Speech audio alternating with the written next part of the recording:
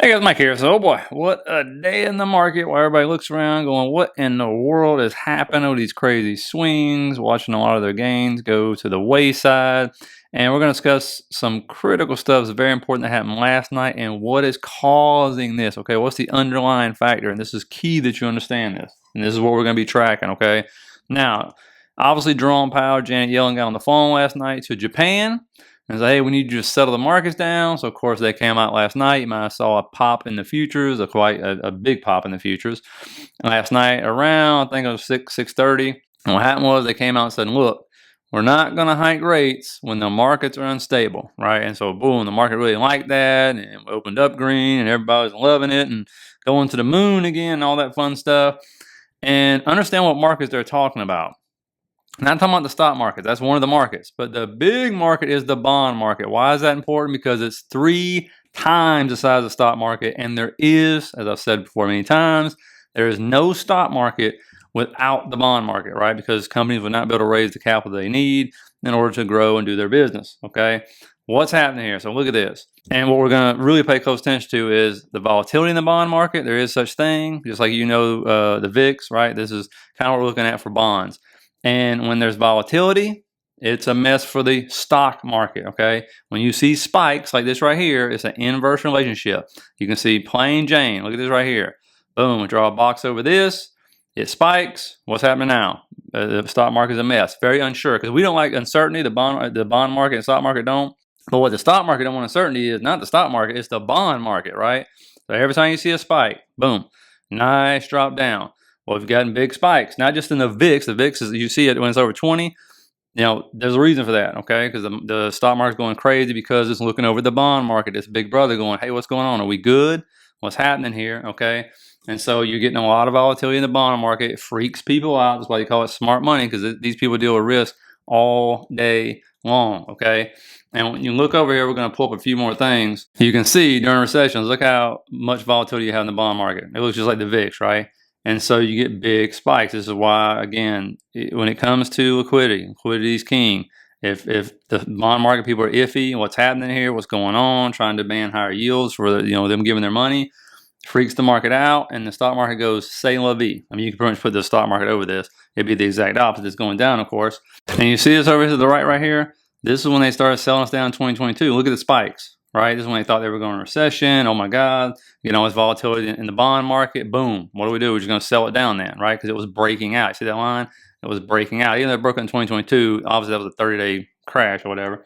But if you look at this, we're going to pull up another chart here. This right here, as you saw, we went on a 20-year run where it was just basically kept bouncing off that trend line right there. This right here is the high yield index option adjusted spreads, right? So what has happened? This is critical. It's broke out.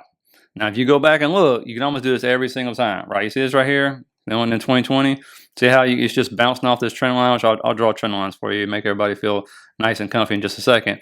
But you can see big spikes up in these spreads, and the market's not gonna like it. I'm gonna show you this. And you see it happens, probably every 3-4 years, whatever it is. But when we're in a recession, because you get the biggest spikes, right? It's really unquestionable what's happening, okay?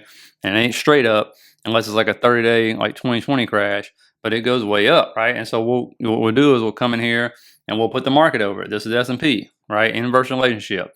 Spreads go up. It's like the volatility, boom, it's over. See you later. They come down. Market's going on crazy runs, right? And these are, when these big pops happen, that's when you're getting the, 5 to 20% pullback, sometimes more, right?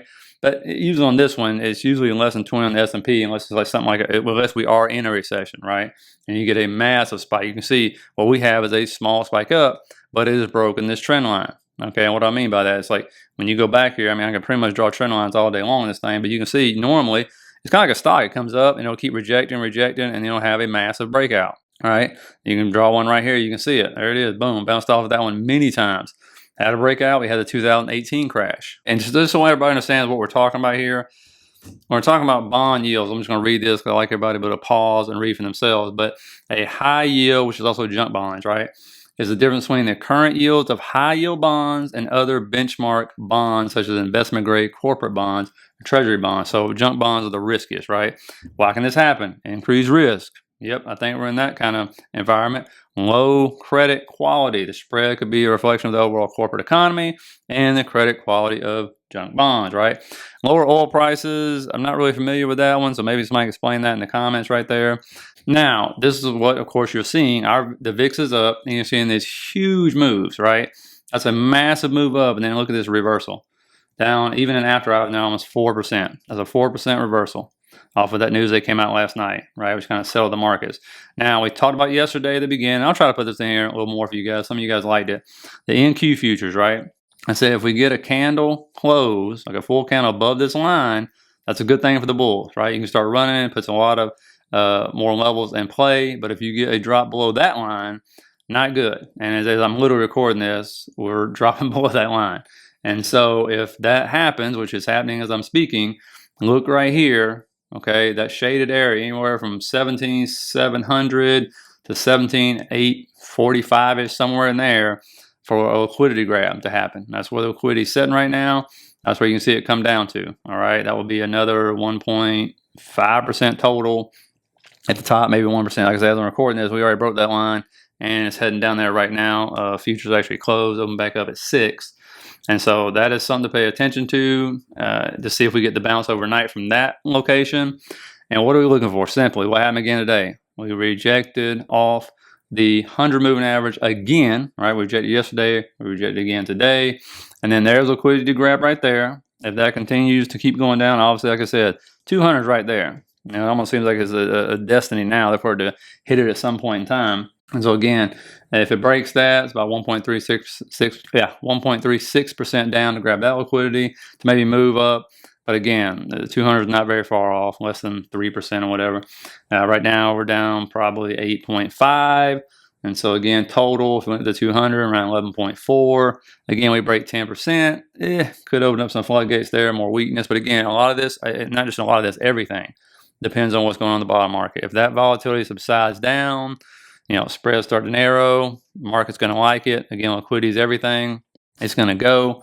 But again, when you look at this in the short term, right now, currently we did on the hourly, shorter term time frame, set, you know, there's the low, there's the high, a higher low, higher high.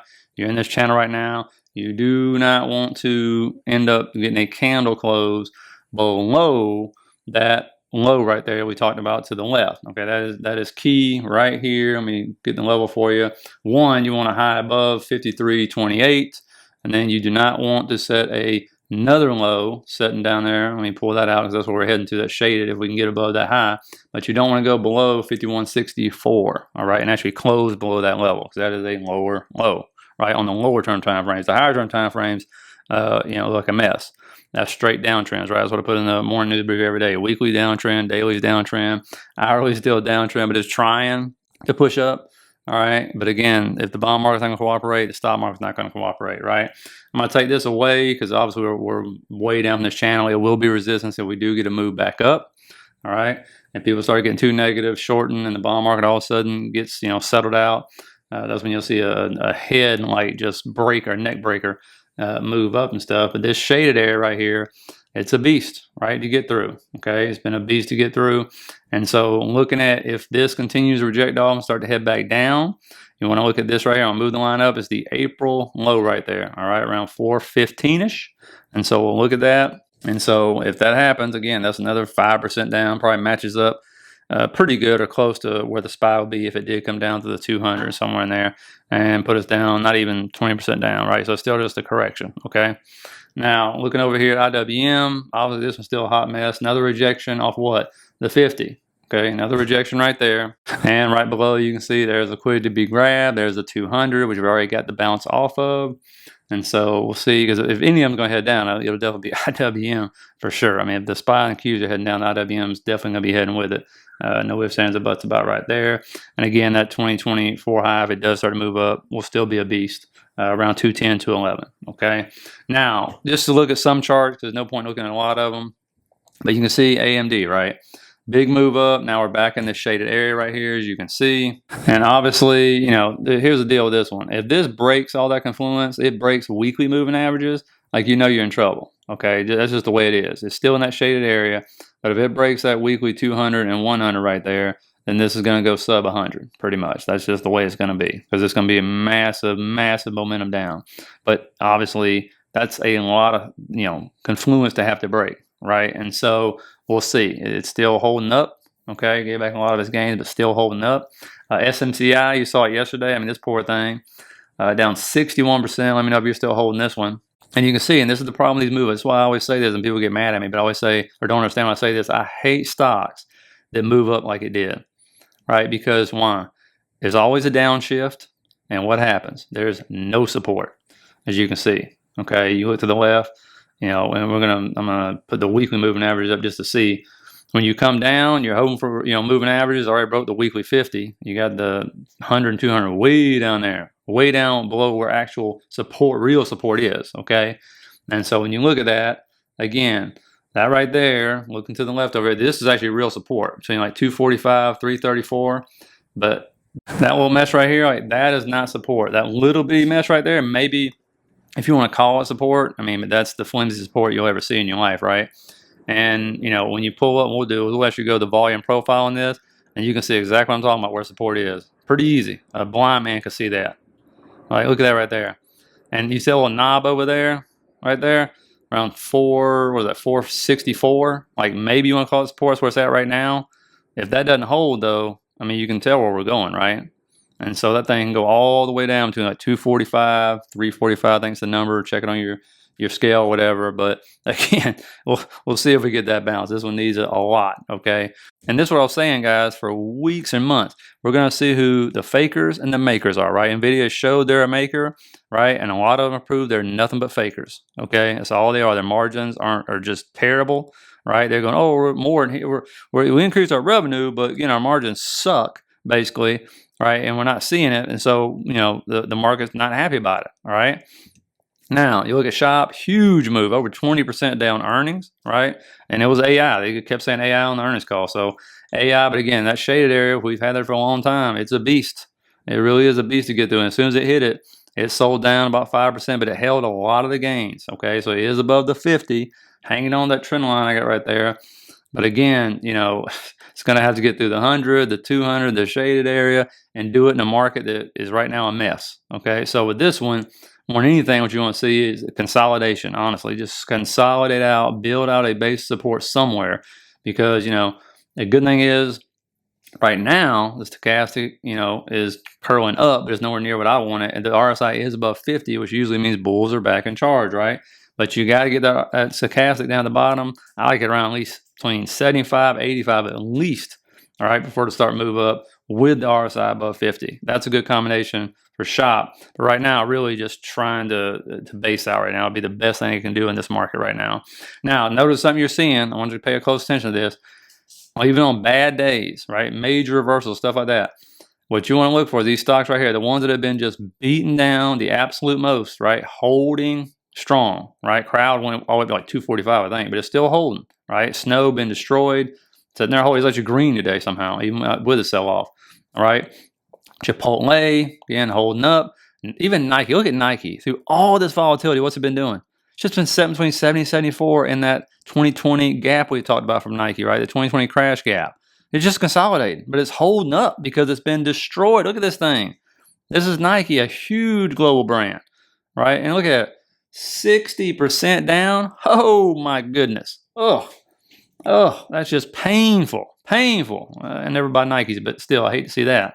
Lulu's the one, again, I would never touch this one. This thing right here can't find a bottom, right? I would definitely, because I don't think it's going to be some V-shaped recovery. You want to see what it does, what Nike's doing, right? You want to base it out. Disney, not good earnings. Sitting down here in this gap right here, getting filled. And so we'll see where that one goes. But, and I think Amazon's another one, right? In the green on the day. But this is the one that's all over Twitter. Everybody's talking about Dan Niles talking about this, and everybody's talking about it because, they sold it down before, right? When Bezos was just selling billions, right? He put a ceiling at 200, and it just collapsed underneath that. But a lot of people have this a pick because, it has a lot. I mean, obviously, his cash flow is crazy and just has a lot of different businesses, not just e-commerce and stuff with the cloud and everything. So, watch stocks like that or watch for stocks like that. Now, earnings, obviously, have some big ones lately. You got Lilly, you got Datadog. Maybe we'll find out something about CrowdStrike if they were able to get some of their customers. Elf, Unity, Trade Desk. and then clean sparks. So some high flyers tomorrow for sure. Big moves are going to happen. All right. And then you'll have the big one, unemployment claims at 8:30 in the morning. Okay. And some other things like the 30-year bond auction. I don't think the 10-year bond auction went that good today. And so understand, like, if unemployment claims, if they come in like red hot, like many more people file for unemployment claims, that you would think the way the bond market is acting and the way they think people are in a recession now or whatever, that would cause way more volatility, that was the case. Versus if the unemployment claims came in as is or even better than what they expected, it would cause some calm in the market, right?